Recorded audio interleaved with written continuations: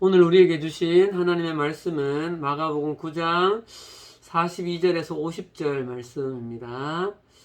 우리 화면을 보면서 함께 한 목소리로 합독합니다. 시작. 또 누구든지 나를 믿는 이 작은 자들 중 하나라도 실족하게 하면 차라리 연자 맷돌을 그 목에 매어 바다에 던져지는 것이 나으리라. 만일 내 손이 너를 범죄하게 하거든 찍어버리라. 장애인으로 영생에 들어가는 것이 두 손을 가지고 지옥 곧 꺼지지 않는 불에 들어가는 것보다 나으니라. 만일 내 발이 너를 범죄하게 하거든 찍어버리라. 다리 저는 자로 영생에 들어가는 것이 두 발을 가지고 지옥에 던져지는 것보다 나으니라. 만일 내 눈이 너를 범죄하게 하거든 빼버리라. 한 눈으로 하나님 나라에 들어가는 것이 두 눈을 가지고 지옥에 던져지는 것보다 나으니라. 거기에서는 구더기도 죽지 않고 불도 꺼지지 아니하느니라. 사람마다 불로써 소금 치듯 함을 받으리라. 소금은 좋은 것이로되 만일 소금이 그 맛을 잃으면 무엇으로 이를 짜게 하리요. 너희 속에 소금을 두고 서로 화목하라 하시니라. 아멘. 네, 오늘은 예수 그리스도의 엄중한 경고라는 말씀으로 함께 말씀을 나누려고 합니다.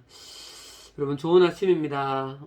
새로운 달 2월을 맞이했는데 코로나 상황이 점점 더 어려워질 것으로 좀 예상이 되고 있다, 그죠? 최선을 다해서 방역수칙을 좀 잘 지키시고 힘을 내어서 2월 달도 잘 살아가면 좋겠습니다. 이 시간 우리 또 한번 하나님의 말씀 앞에 우리가 섰습니다.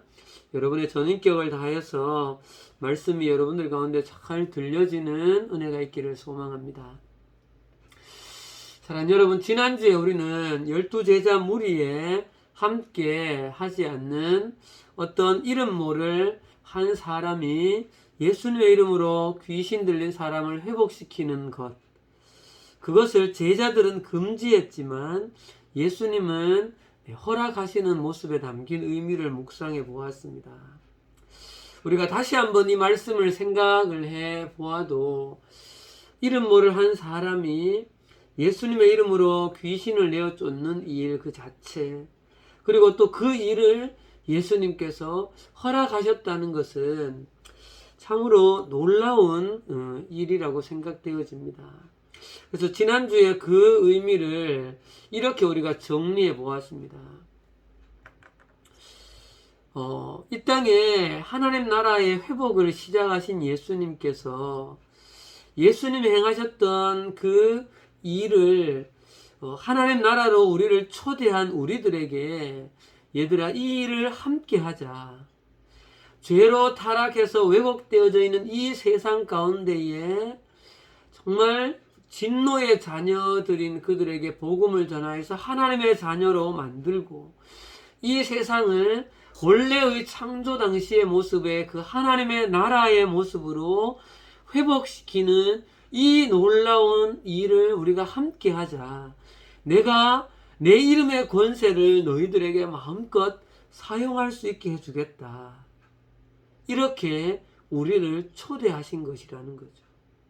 그리고 또한 이것은 특권이면서도 동시에 우리에게 이 일을 맡기신 창세기 28장 18절에서 29절 그 말씀처럼 우리에게는 이 일을 행할 엄중한 의무가 있다는 의미로 우리가 해석을 했습니다.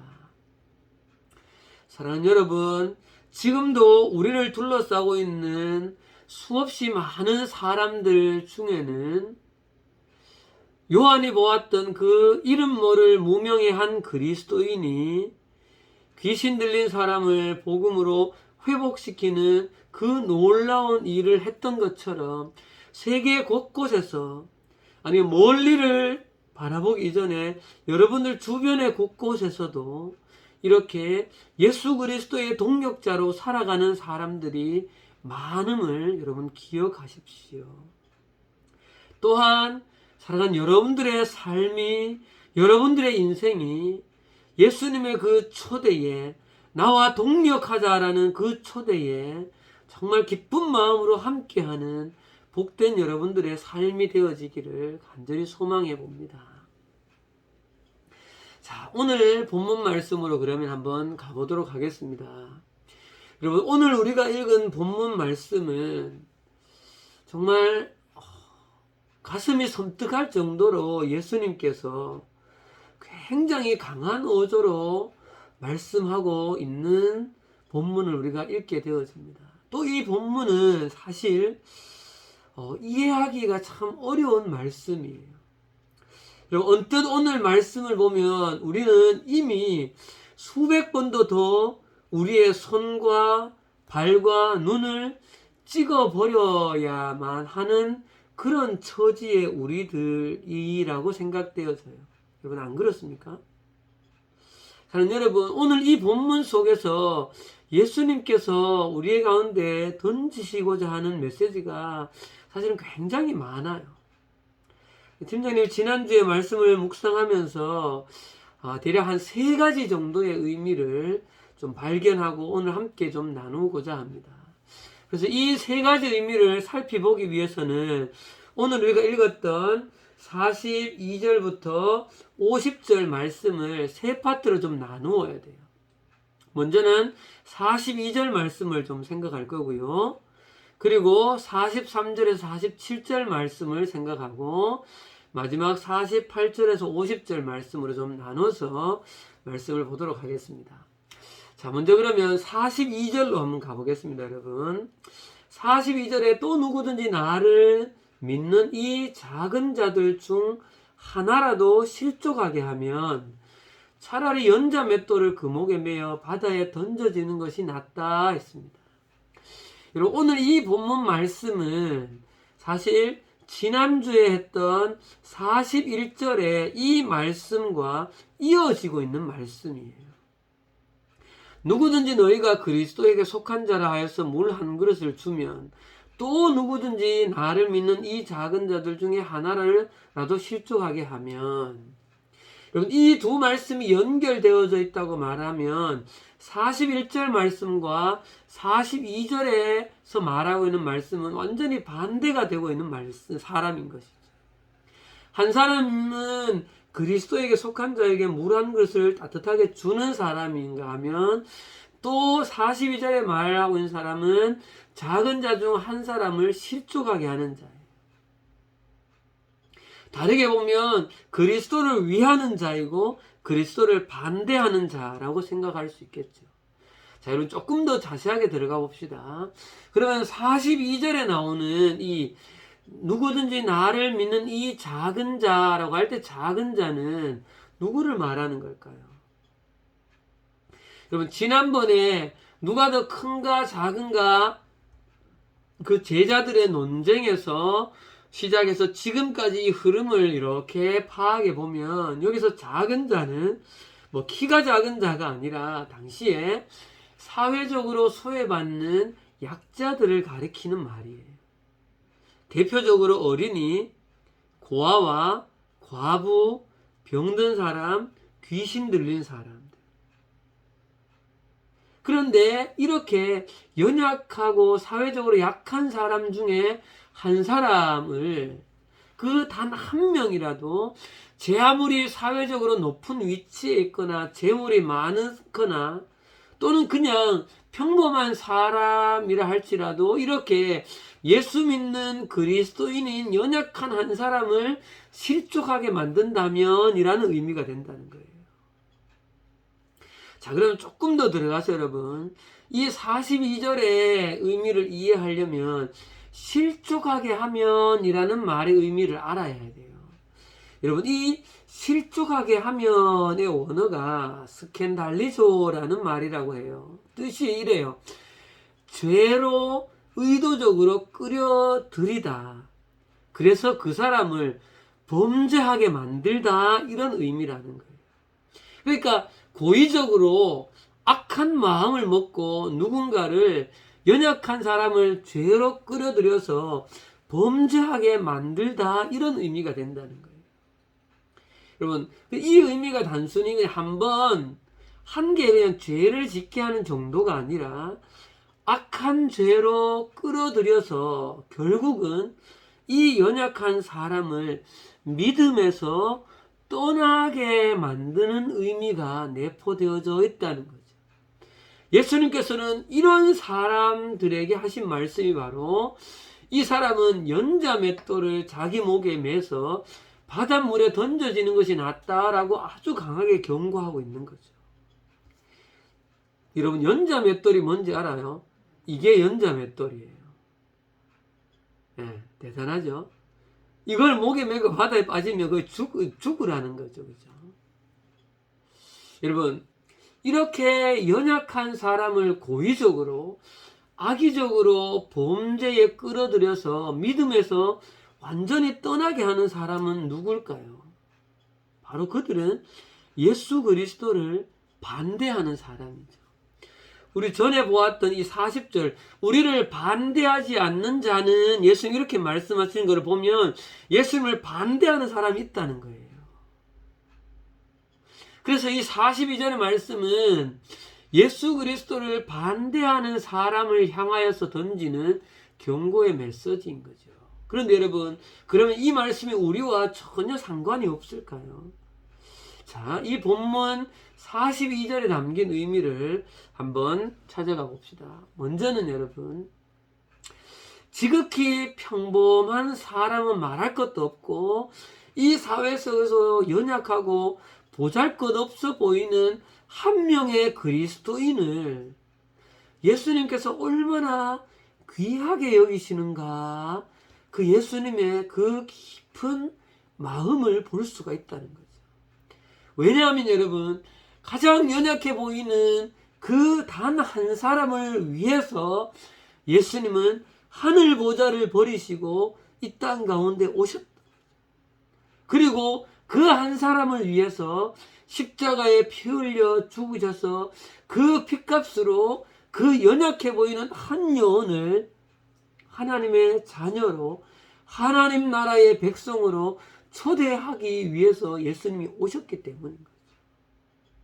그렇기 때문에 예수님에게는 한 영혼, 그 영혼이 이 사회 속에는 굉장히 연약하다고, 가치 없다라고 판단되어지는 그런 존재일지라도 천하보다 귀한 거죠.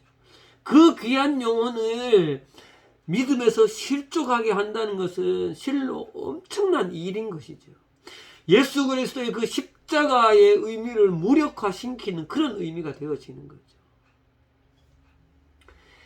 자, 두 번째로 가겠습니다, 여러분. 두 번째로. 여러분, 두 번째 우리가 생각해야 될 것은 이 42절의 이 말씀, 누구든지 나를 믿는 이 작은 자 중에 하나를 실족하게 하면, 이 말씀에서 우리가 완전히 여러분 자유할 수 있을까요? 이 말씀에서 우리는 누군가를 믿음에서 멀어지게 만드는 그런 일을 할 가능성이 우리는 전혀 없는 사람입니까? 그렇지가 않다는 거예요. 여러분, 이 부분은 모르겠어요. 여러분들은 아직까지 잘 느끼지 못할 수도 있는데, 여러분들이 커서 교회 생활로 깊이 있게 들어와 보십시오. 그러면 그리스도인이라고 하는 한 사람으로서 우리가 교회 생활을 하다 보면 나의 모습이 또 다른 누군가에게 큰 시험거리가 될 수도 있다는 거예요. 조금 더 나아가서 내 모습 때문에 누군가는 믿음 생활을 떠나게 만들 수 있는 그럴 가능성이 있다는 거예요.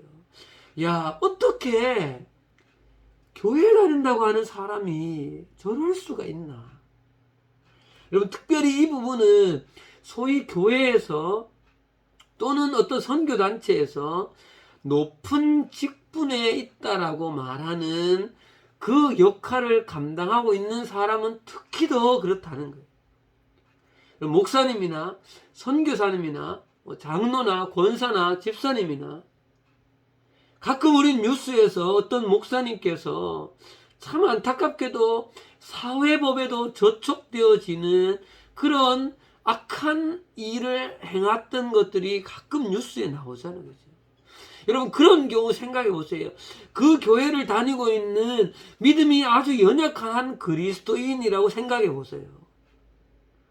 그러면 그 한 사람은 얼마나 큰 충격을 받겠어요. 우리 교회 목사님이 어떻게 저럴 수가 있나.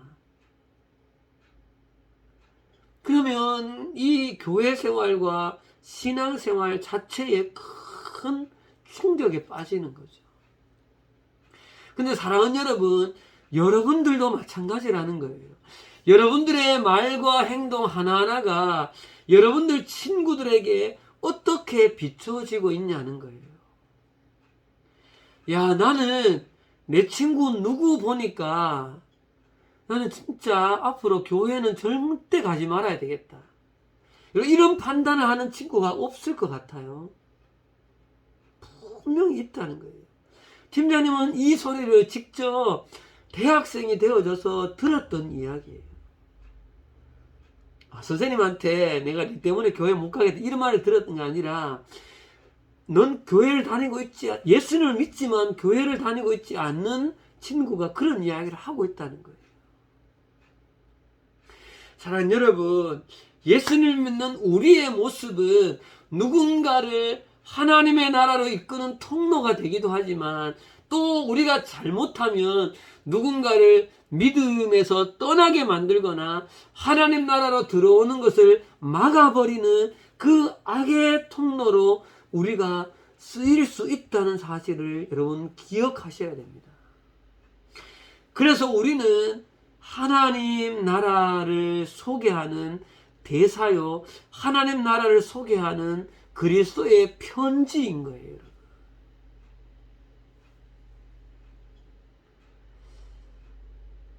이 엄중한 예수님의 경고를 여러분 반드시 기억하십시오. 자, 두 번째 파트로 가겠습니다. 두 번째 파트로. 두 번째 의미가 요 의미였었고요. 자, 파트 두 번째로 가겠습니다. 43절부터 이제 가는데요. 정말 이해하기 힘든 파트예요. 만일 내 손이 너를 범죄하게 하거든 찍어버리라. 장애인으로 영생에 들어가는 것이 두 손을 가지고 지옥 곧 꺼지지 않는 불에 들어가는 것보다 나으니라. 그리고 이 43절과 같은 형태의 말씀이 세 번이나 반복되죠. 손이 너를 범죄하게 하거든, 발이 범죄하게 하거든, 눈이 범죄하거든 찍어버려라, 빼버려라, 이렇게 이야기해요. 조금 전에 아까 42절은 누군가가 다른 사람을 범죄하게 만드는 말씀이라면, 43절부터 말씀은 자기 스스로 안에 자기를 범죄하게 하는 경우예요. 그리고 또 여러분, 조금 전에 42절에서 실족하게 하면의 동사와 43절에서 범죄하게 하거든의 동사가 같은 동사라는 거예요. 네. 남을 범죄하게 하거나 내가 내 자신을 범죄하게 하거나 같은 동사라는 거죠.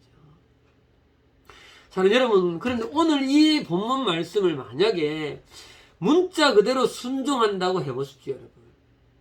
그러면 여러분들 손, 발, 눈이 지금 남아있을 수 있어요.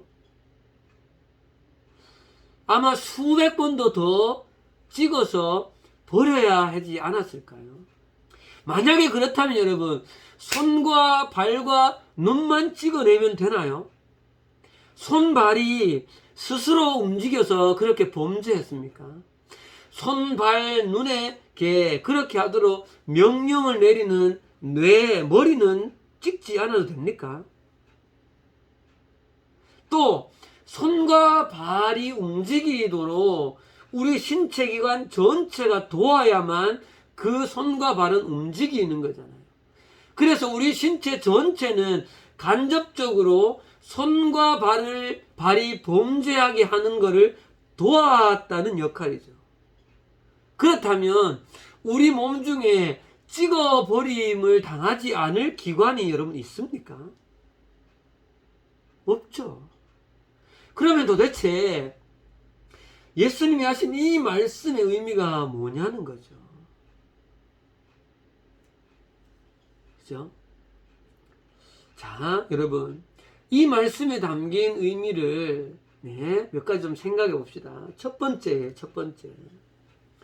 여러분, 우리 삶에서 어떤 대가를 치르더라도 여러분, 내가 구원받아 영생을 얻는 것, 그래서 내가 하나님의 자녀가 되어져서 하나님의 나라 천국의 주인공 되는 것이 가장 중요하다는 것을 말씀하고 있다는 거예요. 여러분 잘 보세요. 오늘 본문에 화면 여러분 보십시오. 44절 46절에 보면 이상하게 없음이라는 말이 있어요. 그렇죠? 성경에 보면. 근데 여러분 이 말씀이 왜 여기 없음인가 하면, 이게 어떤 다른 성경의 사본에 보면 44절과 46절에 48절에 담긴 말이 그대로 계속 반복되어졌다는 거예요. 그래서 이렇게 된다는 거예요. 여러분 화면 보세요. 그러니까 네 손이 너를 범죄하거든 찍어버려라. 장애인으로 하나님 나라 영생에 들어가는 것이 두 손 다 가지고 지옥 그 꺼지지 않는 불에 들어가는 것보다 낫대. 그런데 그 지옥은 있잖아, 구더기도 죽지 않고 불도 꺼지지 않는데 네 발이 범죄하면 찍어버려래. 또 거기는 구더기도 죽지 않고 또 불이 꺼지지 않는데 네 눈이 범죄하거나 그거 차라리 찍어버리고 천국 가래. 두 눈 가지고 지옥 가면 거기는 구더기도 죽지 않고 불도 꺼지지 않는데, 이렇게 계속해서 강조하고 있다는 거예요. 그만큼 이 지옥이라고 하는 것이 얼마나 고통스럽고 두려운 곳인지에 대해서 예수님이 계속해서 반복하고 있다는 거죠. 그래서 사랑하는 여러분, 예수님이 말씀하시는 첫 번째 의미는 죄로 타락한 이 세대 가운데서 그 어떤 것보다 귀하고 귀한 것은 예수 믿어서 하나님 자녀가 되어 구원받아 하나님의 나라 장차 도래할 천국의 영생을 가지고 들어가는 그 특권을 가지는 것이 이 땅 가운데에서 차라리 내 손을 없애버리더라도, 차라리 내 두 발을 다 찍어버리더라도, 차라리 내 눈을 빼버리더라도 그게 더 소중하다, 이 말씀인 거예요. 이 세상 가운데서 그 어떤 것도, 그것이 명예이든 그것이 물질이든 그것이 무엇이든 간에 그것을 우리가 영원한 영생의 그 하늘나라에 들어간 것과는 비교조차도 할 수 없다는 거죠. 자, 두 번째 의미로 여러분 가겠습니다. 두 번째 의미는 죄에 대한 철저한 경계를 의미하고 있어요. 자, 이거는 조금 더 세부적으로 봐야 됩니다, 여러분. 이 죄에 대한 이 경계 중에 죄를 예수님께서 두 가지의 의미의 죄를 경계하라고 우리에게 말씀하고 있는 것으로 팀장님은 이 말씀을 묵상하면서 그렇게 다가왔어요. 여러분, 첫 번째는 뭔가 하면요. 잘 보세요, 여러분. 우리의 내부적인 죄의 속성, 악한 욕구를 찍어버리라는 거예요. 무슨 말인가 하면 여러분 보세요. 손과 발과 눈은 당시 유대 사회에 인간의 죄와 정욕의 가장 큰 통로로 사용되어지는 것으로 생각되어졌어요. 그건 이 시대도 마찬가지죠, 여러분. 그런데 좀 전에 생각했던 것처럼 여러분, 손, 발, 눈이 독자적으로 판단해서 내 손이 나 전체 인격하고 전혀 별개로 손이 가서 범죄하고 와요, 독립적으로? 그렇게 할 수 없죠. 뇌의 판단을 받을 뿐이에요, 손과 발은. 그럼 생각해보세요, 여러분. 또 우리 뇌는 스스로 판단하는 것 같지만 이 뇌가 그렇게 판단하도록 만드는 것은 뭘까요, 여러분? 그것은 바로 우리 인간에게 하나님께서 창조하실 때 허락하셨던 우리 인간의 내재적인 자율적인 의지, 자유롭게 무엇을 행할 수 있는 그 의지, 쉽게 말하면 자유의지인 거예요. 자유의지가 그러나 죄로 인하여서 타락해 버렸기 때문에 우리 속에 악한 욕구로 죄에 대한 욕망을 자꾸만 불러일으키는 것이죠. 그것에 의해서 우리의 손과 발과 눈은 범죄하게 되어진다는 거죠. 그렇다면 여러분 생각해 보십시오. 손, 발, 눈을 잘라낸다고 이 죄의 문제가 해결되어지나요? 그렇지 않다는 거예요. 그렇다면 여러분 이 말씀은 바로 우리의 전 인격의 깊은 곳에 있는 그 죄의 속성, 악한 그 본성에 대한 말씀이라는 거죠. 그래서 예수님께서 손과 발과 눈을 찍어버리라는 것은 실제로 이거 손, 발을 찍어내어 버리라는 것이 아니라 우리의 전인격 깊은 곳에서 끊임없이 솟아오르고 있는 그 악한 죄의 본성, 악한 욕망, 그것을 절제하고 그것을 찍어버려야 된다는 거예요. 다르게 표현하면 이 죄의 본성을 날마다 십자가에 못 박아야 한다는 거죠. 내가 그리스도와 함께 십자가에 못 박혔나니 라고 말할 때에 그 못 박은 것이 이 죄의 본성이라는 거예요. 그것을 다르게 표현하면 육신의 정욕, 안목의 정욕, 이생의 자랑이라고 말할 수가 있겠죠. 그런데 찍어버려야 할 것이 또 한 가지가 있습니다, 여러분. 그것이 뭔가 하면요. 두 번째는 이거예요, 여러분. 보세요. 이번에는 내부적인 것이 아니라 외부적으로 우리에게 죄의 통로가 되어지는 어떤 매체들과 이 시대의 흐름을 과감히 찍어내야 된다는 거예요.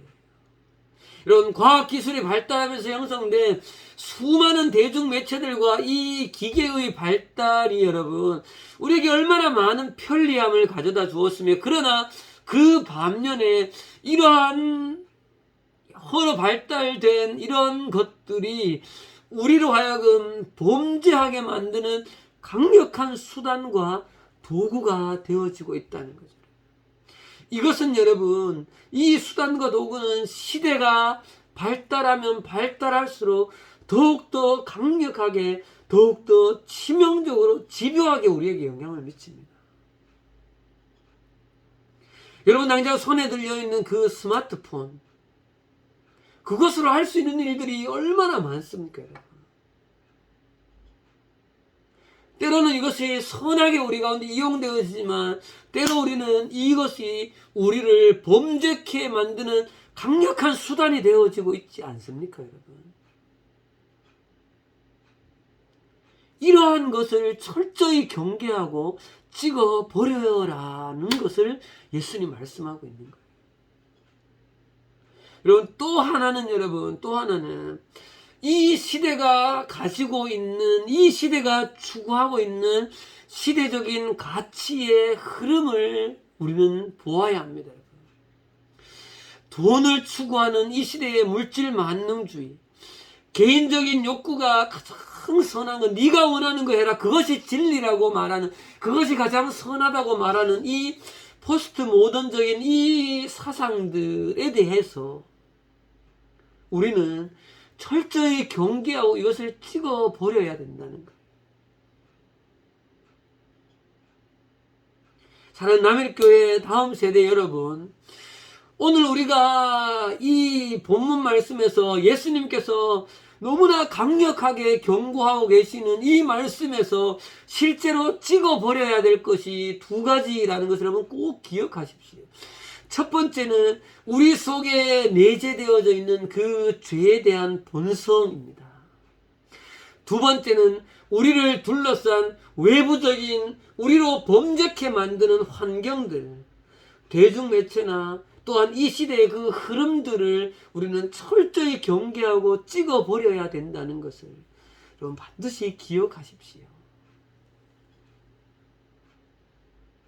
자, 마지막 이제 49절 50절로 가보겠습니다. 여러분 49절 50절에 보면 사람마다 불러서 소금치듯 함을 받으리라. 소금은 좋은 것이로되 만일 소금이 그 맛을 잃으면 무엇으로 이를 짜게 하리요? 너희 속에 소금을 두고 서로 화목하라 하시니라. 사실 이 말씀도 굉장히 이해하기 어려운 말씀이에요. 자, 49절 말씀은 사실 위에 48절에 나왔던 지옥에 대한 말씀을 보충하는 말씀이에요. 사람마다 불로써 소금치듯 한다. 여러분, 그 배추에 소금을 치면 배추가 푹 소금에 젖어들죠. 지옥이 그렇다는 거예요. 불로 우리를 소금치듯이 그렇게 우리가 불에 절여질 정도로 고통스러움에 대한 이야기입니다. 자, 그리고 50절에 오면 전혀 새로운 말씀을 하시는데, 소금이 좋은 것이로되 만일 소금이 그 맛을 잃으면 무엇으로 짜게 하리요? 여러분, 여기서 먼저 한 가지 생각해야 될 것은 49절의 소금과 50절에 말하는 소금은 그 의미가 완전히 다르게 사용되어 있다는 걸 여러분 기억하십시오. 자, 그러면 50절 앞부분을 먼저 우리가 한번 봐야 돼요, 여러분. 소금은 좋은 것으로되 만일 소금이 그 맛을 잃으면 무엇으로 짜게 하리요? 이 말씀이 여러분, 이 말씀이 이런 의미가 아니라는 거예요. 여러분, 소금이 맛을 잃으면 우리가 그냥 소금은 버려버리고 소금 아닌 다른 것을 가지고 와서 짠맛을 내게 하리요? 이런 의미가 아니라는 거예요, 이게. 이 문맥을 잘 보면 여러분, 이걸 조금 우리가 쉽게 이해할 수 있는 흠정력 버전을 볼게요. 여러분, 화면 한번 보세요. 소금은 좋은 것이로되 만일 소금이 제 짠맛을 잃으면 너희가 무엇으로 그것의 맛을 내리요? 이게 무슨 말인가 하면, 소금에서 짠맛이 없어져 버리면 너희가 무엇을 가져와서 소금에 집어넣어서 소금을 다시 짜게 하겠느냐, 이런 의미라는 거죠. 비슷하지만 다른 의미인 거예요. 이해가 되어지죠? 그러니까 이게 결국은 소금이 그 짠맛을 잃어버리면 소금의 그 짠맛을 다시 내게 만들 수 있는 어떤 것이 있다는 거예요, 없다는 거예요? 그게 없다는 거죠, 그게. 자, 그러면서 여러분, 예수님이 이어져서 말씀하고 있는 것이 뭔가 하면, 다시요, 너희 속에 소금을 두고 서로 화목하라, 이렇게 이야기하는 거죠. 이게 무슨 말이에요, 이게 도대체? 이해하기 좀 어렵죠, 이게. 자, 그럼 잘 들으십시오. 하나님 자녀가 된 백성들 속에 짠맛을 잃어버리면 다시 회복시킬 방법이 전혀 없는 특성을 가진 그 소금을 잘 두어야 된다라고 말하고 있는데, 그럼 여기서 소금은 뭐고 너희 속에 소금을 잘 두라는 거는 뭐냐는 거죠. 자, 먼저 소금이 뭔지 찾아보겠습니다, 여러분. 소금이 뭔가를 찾기 위해서는 35절로 다시 돌아가야 돼요. 누구든지 첫째가 되고자 하면 무사람의 끝이 되어야 되고 무사람을 섬기는 자가 되어야 하리라. 이런 비단 이 한 구절뿐만 아니라 소금이란 성경이 가르쳐주고 있는 그 십자가 구원의 그 복음의 진리, 또 성경 전체가 우리에게 가르쳐주고 있는 하나님 나라의 가치와 질서, 그 복음의 진리 전체가 바로 소금이라는 거죠, 여러분. 무슨 말인지 이해되시겠죠, 여러분? 예수 그리스도께서 귀하게 여기시는 하나님 나라의 그 복음의 진리가 바로 소금인 거예요. 그렇다면 여러분, 너희 속에 소금을 잘 두라는 의미가 뭐죠, 여러분? 잘 보세요. 너희 속에 소금을 두고 화목하라 그랬거든요. 여러분, 이 의미가 뭘까요, 여러분? 그거는 여러분 바로 이런 의미예요. 잘 보십시오, 여러분. 그리스도인이 되어서 하나님 나라의 가치와 질서의 맛을 잃어버리면, 쉽게 말하면 하나님 나라의 그 가치와 질서를 따라서 행하지 않으면 세상의 그 어떤 것으로도 그 하나님 나라의 맛을 회복시킬 수 있는 것이 없다는 거죠. 그렇기 때문에 우리는 성경이 우리에게 말씀하고 있는 하나님 나라 복음의 그 진리의 깊은 그 짠맛을 우리 개인의 삶에, 우리가 함께 하고 있는 교회라고 말하면 그 공동체 속에 그 복음의 진리의 짠맛이 잘 유지되도록 그것을 최우선 순위로 두고 지켜내어 가야 한다는 거예요. 무슨 말인지 이해됩니까, 여러분? 그러니까 하나님께서 우리에게 던지신 그 복음의 진리의 소금이 맛을 잃어버리면 세상의 그 어떤 것도 하나님 말씀하고 있는 그 복음의 진리의 맛을 대신할 수 있는 것이 없다는 거죠. 그래서 너희들이 소금을 두라 하는 것은 우리 속에 하나님께서 허락하신 그 복음의 진리의 짠맛이 그대로 유지되도록 그 복음의 진리, 하나님 나라의 가치를 우리 삶에서 나보다 남을 낮게 여기고 지극히 작은 자 한 사람을 귀하게 여기며 서로가 서로를 사랑하고 배려하고 존중하는 그 가치를 잘 지켜가라는 거죠. 이 의미가 퇴색되어져 가면 세상의 그 어떤 것도 이 소금의 맛을, 하나님 나라의 진리의 맛을 대신 내어줄 것이 없다는 거죠. 여러분 이해되시겠죠? 그래서 여러분 이것을 잘 지켜내면 우리에게 허락하신 그 복이 있는데, 그 복이 뭔가 하면 마지막 뒤에 나왔던 아까 그 말씀이에요. 서로 화목하라는 거죠. 화목하라.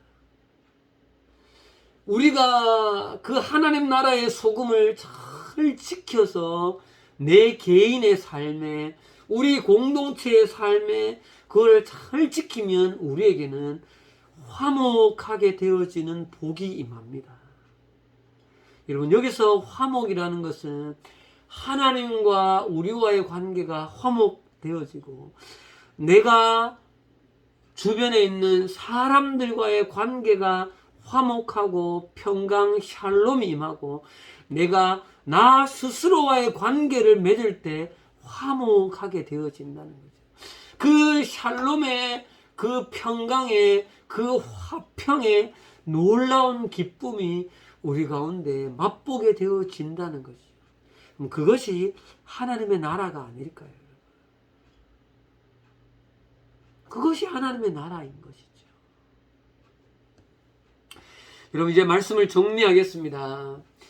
여러분 팀장님은 지난 한 주간 이 말씀을 묵상하며 예수님이 하신 말씀의 의미가 무엇인지가 깊이 있게 와닿았어요.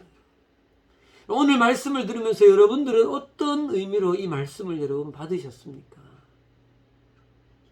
사랑하는 여러분들의 삶에 지금 당장이라도 찍어내어야 할 것이 여러분 있지 않나요? 오늘 본문 속에 담긴 이 깊은 예수님의 이 엄중한 경고의 메시지가 여러분의 삶의 날마다 깊이 있게 새겨져서 우리 속에 정말 이 화목의 풍성한 이 열매가 맺어지는 그런 우리가 되어지기를 간절히 소망합니다. 기도하시겠습니다. 하나님 아버지 은혜를 감사합니다. 살아계신 하나님, 우리에게 정말 엄중하게 경고하고 계시는 이 주님의 이 강한 메시지를 오늘 우리가 말씀 속에서 봤습니다. 주님, 우리 속에 하나님 그 십자가의 복음의 그 진리된 소금과 하나님 나라의 그 풍성한 그 가치, 그 진리의 그 소금을 우리 속에서 잘 놓치지 않도록 도와주시옵소서. 그러므로 말미암아 우리가 정말 하나님과 화목하고 우리와 함께하고 있는 사람들과 화목하며 나 스스로와의 관계 속에서 화목한 그 평강의 샬롬의 기쁨이 넘치는 우리의 삶이 되어질 수 있도록 주님 함께하여 주시옵소서. 예수님 이름으로 기도합니다. 아멘. 우리 같이 찬양 드리겠습니다. 자, 우리 일상의 삶 속에서 여러분 정말 복음의 그 소금의 맛을 잃지 않고 살아가는 우리가 됩시다. 우리 마음 다해 찬양하겠습니다. 나를 보내사 서게 하신 곳 가장 귀한 곳이 바로 이곳이라.